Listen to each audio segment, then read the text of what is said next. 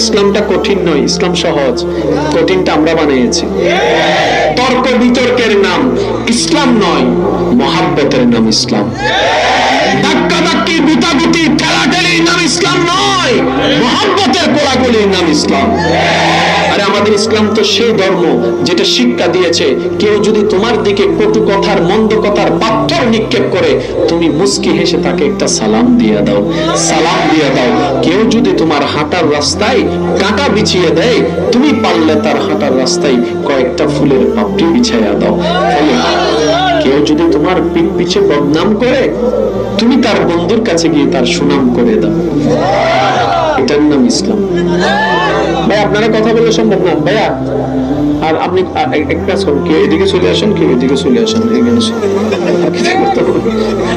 একবার কোন মারহাবা। নিঃশ্বাস পূরণ করছে কে? গাছ। কে?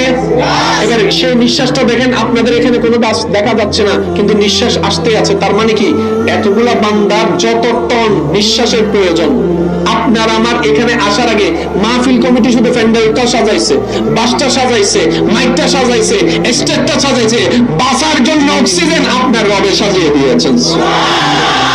এটার নাম রব্বুল আলামিন। জোরে জোরে বলতে হবে সুবহানাল্লাহ। এবার আসেন, অক্সিজেন কোনটা? কার্বন ডাইঅক্সাইড কোনটা? এখন এতগুলা পৃথিবীর প্রাণের কার্বন ডাইঅক্সাইড জমতে জমতে পৃথিবীতে ডেস্ট্রয় হয়ে যাওয়ার কথা। বিজ্ঞান বলে হবে না। কেন? যে গাছে অক্সিজেন দেয় সেই গাছে কার্বন ডাইঅক্সাইড গ্রহণ করে ফেলেছে। এবার গাছের কাছে কোনো গড়ি, যেরকম গড়ি, মোবাইল, ক্যালেন্ডার, অক্সিজেন দিব দায়িত্ব গাছের, নেওয়ার দায়িত্ব গাছের। এবার গাছে বলে আল্লাহ দিব কখন, নিব কখন? রব্বে কারীম বলে তোমার জন্য ঘড়ির ব্যবস্থা করে দিলাম। ইয়া রব, ঘড়িটা কোথায়? বলে যে সূর্যের দিকে তাকায় থাকো, সূর্য যখন উঠবে অক্সিজেন সাপ্লাই করো, সূর্য যখন ডুবে যাবে কার্বন ডাইঅক্সাইড গ্রহণ করো। আপনার রব অক্সিজেন কেন করলেন? কখনো ভেবেছেন? তর্ক তো অনেক করছেন। কখনো ভাবছেন বাবার টাইম হয়েছে এবার আসেন? আপনার রব মনে হচ্ছে, আচ্ছা আমি ফেয়ার লাভলি দিনে বলে চাইতেছেন না নাকি? বিরক্ত লাগলে গান শেষ করে দিই, আমি চলে যাই, কারণ আমি 2 মিনিট আগে যেতে পারলাম। আল্লাহ চলে যাবো, বিদায়। আবার আসে আমার ছবি একটা লইয়া নির্বাচনে দাঁড়ানো, অপেক্ষা করেন। আমাদের ওয়াইজের কয়েকটা কমন বিষয়, রাগ করেন, এটা বাস্তব কথা বলতেছি, মনে রাখবেন। যখনই আলেম ওলামা স্টেজ উঠে, পিছন থেকে একটা স্লিপ দেয়, হুজুর নামাজ নিয়ে ওয়াইজ করেন। দ্বিতীয় নম্বর, মা বাবার হক নিয়ে ওয়াইজ করেন। আচ্ছা, তৃতীয় নম্বর, ওই যাকাত নিয়ে একটু মাঝে মধ্যে ওয়াইজ করেন। সুদ নিয়ে, ঘুষ নিয়ে ওয়াইজ করেন। এই ওয়াইজে চলতে গেছে, এই ওয়াইজ চলতে গেছে। এবার যখন মসজিদের ইমাম সাহেব জুমার দিন নামাজ পড়াতে আগে একটা খুতবা দেয় না? খুতবার আগে কিছুক্ষণ আলোচনা করেন আল্লাহ যতটুকু। এবার যখন খতিব সাহেব যখন আলোচনা শুরু করলেন, বিষয় ভিত্তিক আস্তে আস্তে আল্লাহর হুকুমটাকে প্রচার করতে গিয়ে সুদের ব্যাপারে যখন কথা আসছে, বাম সাইড থেকে একজনে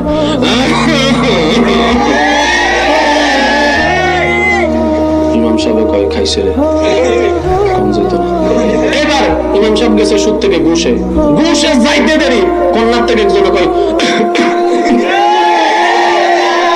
এটা তো কম যাইতো না, এখন কি তখন কয় ঠিক আছে জায়গা সম্পত্তি নিয়ে এটা কইতে দেরি। পিছন থেকে একজনে কয় হুজুর আমি আছি এখানে, হুজুরের কয় আপনার ওয়াইস আপনারা করেন।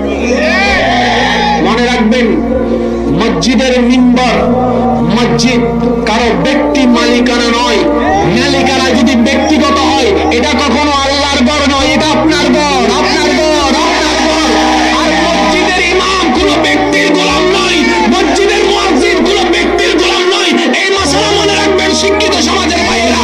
মসজিদের ইমামের, মসজিদের মুয়াজ্জিনের মাসে যেটা দেওয়া হয়, বেতন দেওয়া হারাম, বেতন দেওয়া হারাম, দিতে হবে হাদিয়া।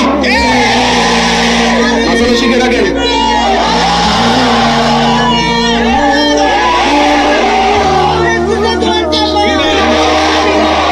আমাদের ব্যক্তিগতভাবে সারা বাংলাদেশে 135টার উপরে মসজিদ আছে, আলহামদুলিল্লাহ। ইন্টারনেটে সার্চ দিয়ে দেখবেন আল আমিন বারিয়া কামিল মডেল মাদ্রাসা। ইমাম প্রশিক্ষণ শুরু করছি আমরা আজকে। এখানে মাহফিল একজন আমার সাথে সাক্ষাৎ হয়ে উনি বললেন, হুজুর আপনাদের মাদ্রাসা ইমাম প্রশিক্ষণ করেছে। আলহামদুলিল্লাহ, সম্পূর্ণ ফ্রি। দর্শে নিজামি আলহামদুলিল্লাহ ফ্রি। কারণ দরবারে বারিয়া শরীফের প্রতিষ্ঠাতা যিনি সৈয়দ আব্দুল বারী শাহ, ওনার একটা স্বপ্ন জায়গায় জায়গায় ইসলামের বাগান সাজাই দেওয়া আছে। আর যারা পড়তে পারে না টাকার অভাবে, তাদেরকে সাপোর্ট করা। সুতরাং এই কথাগুলো যদি বলি, আমাকে যদি মনে করেন যে আমি টাকার জন্য এসেছি, তাহলে আপনি বোকার রাজ্যে বসবাস করছেন। আমি কত মাহফিলে টাকা ফালাই চলে আসছি, হিসাব। আসেন, একটা হচ্ছে চামড়া, একটা হচ্ছে গোস্ত, একটা হচ্ছে হাড্ডি, একটা হচ্ছে ক্যালসিয়াম। বুঝাতে পারলাম? আমরা দেখি কি ভিতরে আছে গোস্ত, ভিতরে আছে গোস্তের ভিতরে, হাড্ডির ভিতরে ক্যালসিয়াম। ওই ক্যালসিয়ামটা নিয়ে ইসলাম প্রচার করতে হয়, আমরা করি চামড়া নিয়ে। এবার আসেন, হুজুর এবার স্টেজ উঠলো, হুজুর বলছেন আসসালাতু মিফতাহুল জান্নাহ। এবার হুজুর বলছেন আকিমুস সালাত। এবার বলেন, নামাজ 5 ওয়াক্ত ফরজ জানে না কেডা? হুজুরকে দিয়ে কেন এটা বলাচ্ছেন? নামাজ পড়লে কি লাভ, নামাজ না পড়লে কি ক্ষতি জানে না কেডা? হুজুরকে দিয়ে কেন বলাচ্ছেন? প্রবলেমটা কোথায়? জানার মধ্যে নয় রে ভাই। আগে কোন জায়গায় প্রবলেম এক্সরে করে বাইর করেন, তারপর ওষুধ দেন। অনেক যুবক এখানে সাক্ষী আছে, মুরব্বীরা জানবে না, সুইসাইড থেকে ফেরত এসেছে, এমনও রেকর্ড আছে। আমি গাড়িতে করে আসছি, যেটা আমি নাম বলছি না, আমাকে যিনি রিসিভ করেছেন উনি বলছেন, হুজুর আমি 2 বার সুইসাইড করতে গিয়েছি, ফিরত এসেছি আপনার কারণে। এটা আমি আমার বাহাদুরি বলছি না, আমি শুধু এতটুকু বোঝাতে যাচ্ছি, আল্লাহ এবং নবীর বাণীর প্রচারের খাদেম করলে এখানে যারা ওলামায়ে কেরাম আছেন সবাইকে জিজ্ঞেস করেন, ও হুজুর আপনার দাম কি? হুজুর বলবো আমার কোনো দাম নাই, ভিতরে কোরআন আছে, এটাই আমার দাম।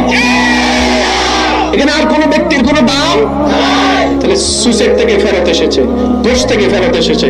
সবচেয়ে লেটেস্ট একটা খবর শুনেন, আমি আমার অফিসিয়াল ফেসবুক পেজে আমার ছেলেরা পোস্ট করেছে। এটা হচ্ছে সামনে রমজান আসতেছে, আপনারা জানেন সবকিছু গুদামজাত। জিনিসের দাম যেন জিনিসের দাম যেন বহির্বিশ্ব ইসলামিক কান্ট্রি রমজান আসলে দাম আমাদের এখানে যারা করে, আল্লাহ তাদেরকে একটু হেদায়েত দান করুন। অন্তত তাদের থাকা উচিত, টাকা নিয়ে আপনার পরিচিত কেউ কবরে যেতে পারে না, এই সম্পদ নিয়ে আপনিও পারতেন না ভাই, যতই কামান পারতেন না। কিন্তু একটা জিনিস আপনি নিয়ে যেতে পারেন, সেটা হচ্ছে মানুষের ভালোবাসা, মানুষের দোয়া। আপনার বিবেকের উপর ছেড়ে দিলাম, আপনি কি টাকাটা কেনে কামিয়ে রেখে যাবেন, নাকি ভালোবাসা দোয়া নিয়ে সেটা নিয়ে কবরে যাবেন, আপনার ব্যক্তিগত ব্যাপার। আরেকটু জোরে বলেন, নামাজ ফরজ জানে না কে? তারপরে 5 ওয়াক্ত নামাজই পারে না কা?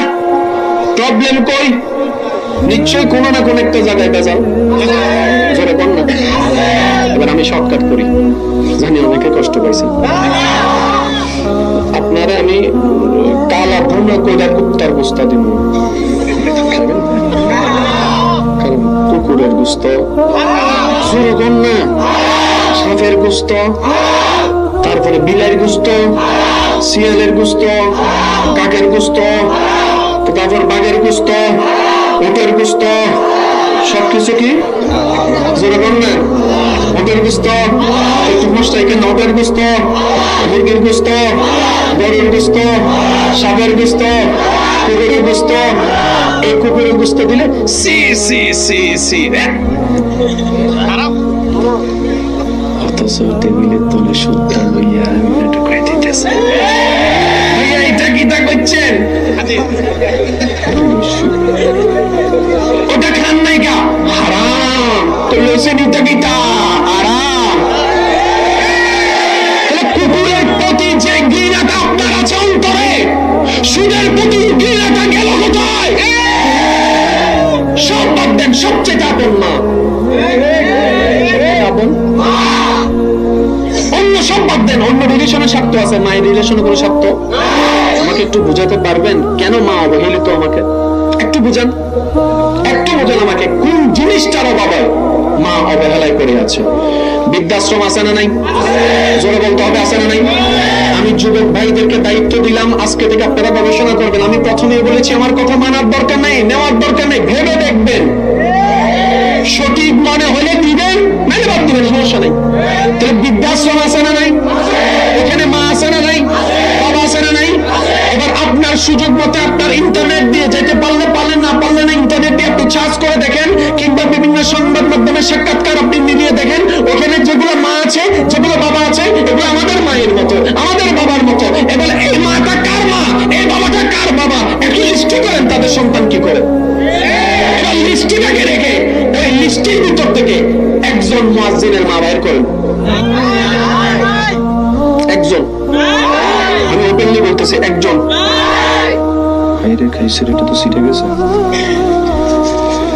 একজন ইমামের মা বাইর করেন। এবার বলেন ব্যাংকের বড় অফিসারের বেতন কত? ব্যাংকের বড় অফিসারের বেতন কত? জোরে বলেন না। আচ্ছা, বিভিন্ন বড় বড় ব্যবসায়ীর মাসিক ইনকাম কত? মুয়াজ্জিনের কত?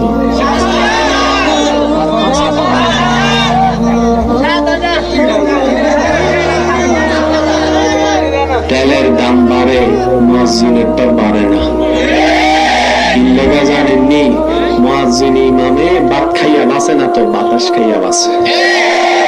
আপনাদের ছেলে মেয়ে তো স্কুল কলেজে পড়তে হয় শিক্ষা অর্জনের জন্য, মুয়াজ্জিনের ইমামের ছেলে মেয়ে চাঁদের দেশে যাই পড়ে, তো ওখানে কোনো বেতন লাগে না। তো সব বাড়াইছেন, কখনো কি ভেবেছেন 50,000 টাকা ইনকাম করে সংসার চালাতে যেখানে খবর হয়ে যাচ্ছে, আপনার এলাকার একজন মুয়াজ্জিন কিভাবে সংসার চালাচ্ছে? একবার কি ফিল করেছেন যে আমার ভাইটা কিভাবে সংসার চালাচ্ছে? কারণ আপনার যেমন বউ আছে তারও একটা বউ আছে, আপনার সন্তান আছে তারও সন্তান আছে, আপনার মা বাবা আছে তারও মা বাবা আছে। আপনার সন্তানে যেরকম মাঝে মধ্যে আবদার করে, বাবা একটু মিষ্টি আনিও, একটু চিংড়ি মাছ আনিও, একটু মুরগি আনিও, একটা রাতাকুড়া আনিও, একটু মাছ আনিও, মাঝে মধ্যে একই আবদার গুলা মুয়াজ্জিনের সন্তানরাও তো করে। ঈদ যখন আসে আপনার ছেলে যেরকম বলে, বাবা এবার কিন্তু আমি এরকম একটা শো কিনবো, এরকম একটা ড্রেস বানাবো, এরকম, আপনিও কিন্তু সেভাবে তাদের স্বপ্ন পূরণ করে হালাল হারাম বাছাই না করে দিয়ে যাচ্ছেন শুধু সন্তানের মুখে হাসি ফুটানোর জন্য। একই কথাগুলো তো মুয়াজ্জিনের বাচ্চাও তো বলে। রাতে যখন সেই ঘরে যায়, বাবার পাশে এসে বলে, পাঞ্জাবিটা ধরে, বাবা আমাকে নতুন জামা কিনে দিবা না, আমাকে নতুন জামা কিনে দিবা না।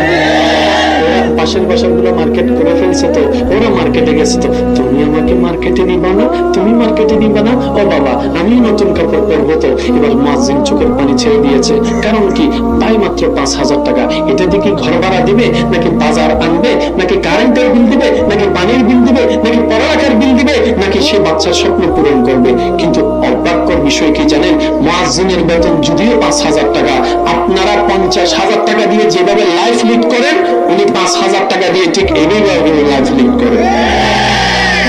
কেন? কখনো ভেবেছেন?